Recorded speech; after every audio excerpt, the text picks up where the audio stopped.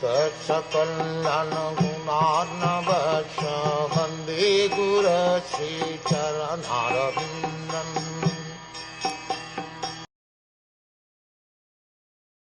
At that time, all the great minds and thinkers, accompanied by their disciples, and sages who could verily sanctify a place of pilgrimage just by their presence, arrived there on the plea of making a pilgrim's journey. When Maharaj Parikshit sat down on the bank of the Gangas, the news spread in all directions of the universe, and the great-minded sages, who could follow the importance of the occasion, all arrived there on the plea of pilgrimage. Actually, they came to meet Maharaj Parikshit, and not to take a bath of pilgrimage, because all of them were competent enough to sanctify the places of pilgrimage. Common men go to pilgrimage sites to get themselves purified of all sins. Thus the places of pilgrimage become overburdened with the sins of others.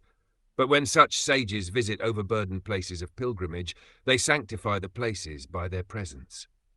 Therefore, the sages who came to meet Maharaj Parikshit were not very much interested in getting themselves purified like common men, but on the plea of taking a bath in that place they came to meet Maharaj Parikshit, because they could foresee that Srimad Bhagwatam would be spoken by Shukdev Goswami.